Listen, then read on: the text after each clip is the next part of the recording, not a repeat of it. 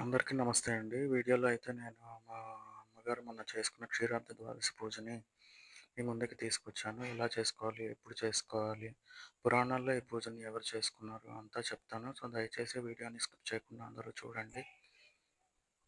పాండవుల్లో మనకు తెలిసిందే కదా! మాయాజూదంలో శకుని చేసిన మాయాజూదంలో పాండవులు వాళ్ళ రాజ్యాన్ని పోగొట్టుకున్నప్పుడు వాళ్ళు ద్వైతవనంలో ఉండగా, ఆ ద్వైతవనానికి వ్యాస భగవానుల వారు రావడం జరుగుతుందనమాట. పాండవుల్లో పెద్దవాడైన ధర్మరాజు వ్యాస భగవానుల వారిని అడగగా వ్యాస భగవానుల వారు చెప్తారనమాట. కార్తీక మాసంలో వచ్చే ద్వాదశి పౌర్ణమికి ముందు వచ్చే ద్వాదశి రోజు గనుక నువ్వు ఈ వ్రతాన్ని ఆచరించినట్టయితే, క్షీరాబ్ది ద్వాదశి వ్రతాన్ని ఆచరించినట్లయితే నీకు అంతా మంచి జరుగుతుంది అని.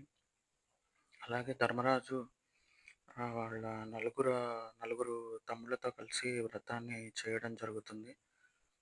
ధర్మాన్ని ధర్మాన్ని ఆచరించి, ధర్మాన్ని నమ్ముకుంటే గనక దైవం ఎప్పుడూ తోడుగా, అండగా ఉంటుంది అనటానికి వాళ్ళ విజయమే. కురుక్షేత్ర సంగ్రామంలో మనం చూసుకున్నట్టయితే ఎవరికి తుది విజయం ఎవరిదైంది? కౌరవులదా? పాండవులదా? పాండవులదే గదా!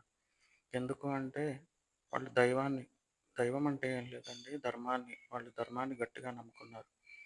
ఆ ధర్మం రూపంలో శ్రీకృష్ణుడే వాళ్ళని ఎప్పుడూ కాపాడుతూ అండగా నిలిచాడనమాట. ఇలా చూసుకున్నట్టే ఈ పూజా విధానానికి చూసుకున్నట్టయితే ఇది ఆరుబయట చేసుకోవాలండి. ఆరుబయట వీలు లేకపోతే ఇంట్లో తులసి మొక్క పెట్టుకొని, అందులో ఉసిరికొమ్మ పెట్టుకొని ఈ పూజను చేసుకోవచ్చనమాట. ఈరోజు ఏంటంటే శ్రీకృష్ణుడు శ్రీ మహావిష్ణువు.